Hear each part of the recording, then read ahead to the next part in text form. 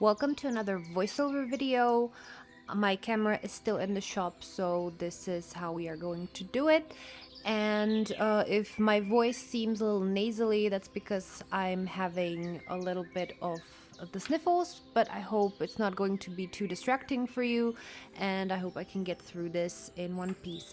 This video is going to be mostly scripted, and yeah, I hope you will enjoy it. Let me know what you think in the comments below. And just to insert a little bit of self-promotion, as we speak, the pre-orders for my two new decks are open. Or you can get the Naturalis Lenormand and the Fructifera deck, along with some discounted bundles and some special offers. So if that seems interesting to you, head on to my website. The link will be down in the description. Thank you so much.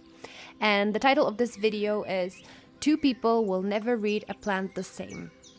Let's get into it.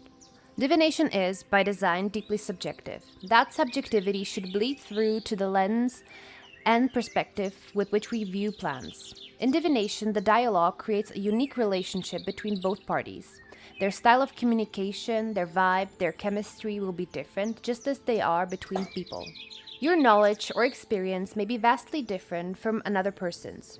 The encounter will be influenced by a vast number of factors, starting from cultural associations, personal practice, tastes, lived experience, education, and knowledge. Moreover, the context of the divination is also a factor. The question, the way you phrased it, where you are, and who you are communicating with all matter. These factors change what the pulled cards will mean to you in that moment. A lily can be a symbol of peace and innocence in one culture, a funerary flower in another, or a deadly toxin to a cat lover. Reading, or as I tend to refer to it lately, scrying the cards, is allowing yourself to open a communication channel through your deck to a spirit on the other side.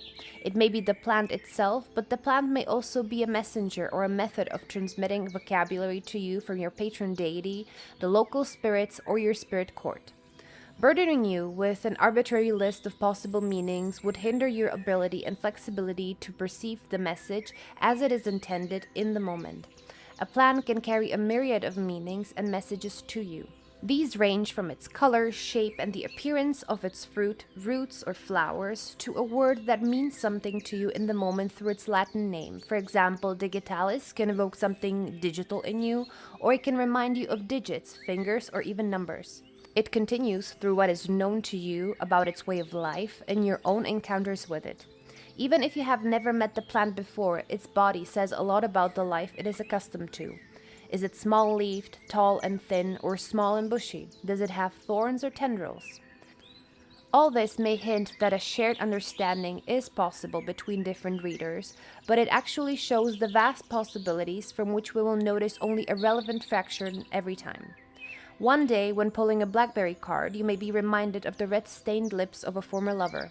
Next time, you might see the way it forms impassable, thorny, and tangled hedges. On my Instagram, I have been posting exercises for this. In the comments, it is clear to see that it is possible to connect to a plant through an image by simply sitting with it for a moment or two.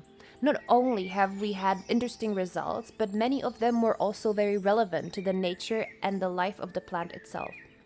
Experimenting with this low-pressure, low-stakes environment, where there is little to no expectation of correctness, has been great.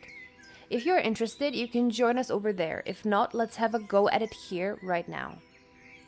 In a moment, I will show you an image of a plant for a little while. I want you to clear your head, leave expectations, worries, and perfectionism behind, and just look at it for 2, 3, 5, or 10 seconds.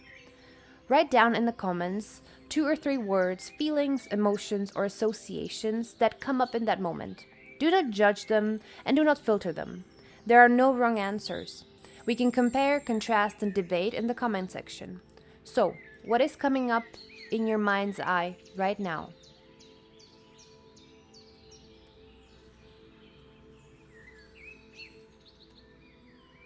Great. Because practice makes perfect, let's do that again. The initial shyness or inhibition should be gone.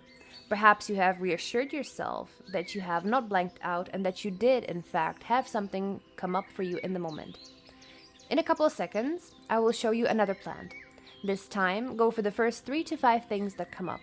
Feel free to comment them, or if it feels better, just write them down somewhere.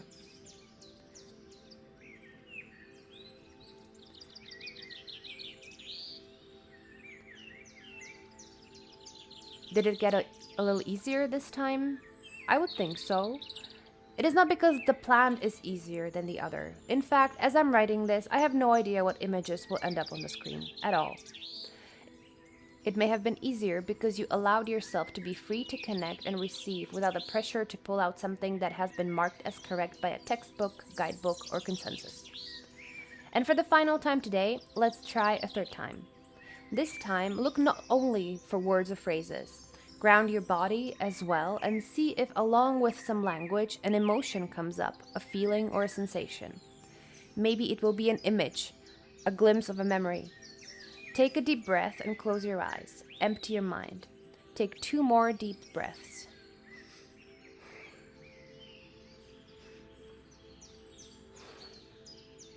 When you open your eyes, see with your inner sight what the plant on the screen shows you.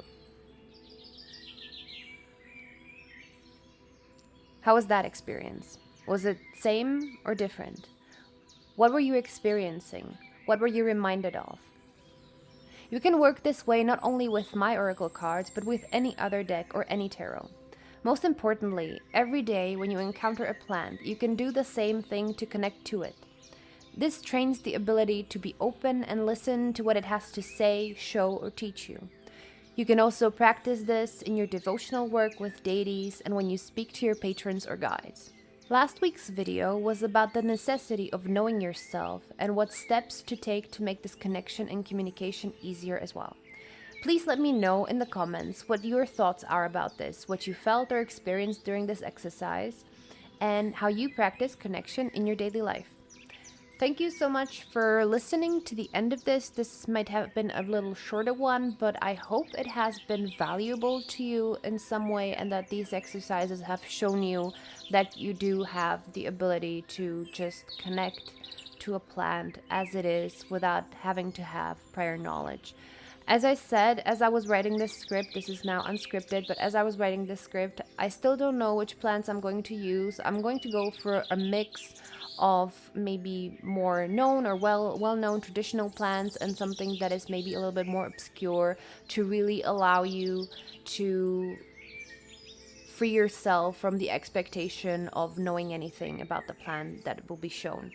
So I hope you have gotten some insight and let me know. Have a nice day and I'll see you in the next video. Bye bye. Thank you.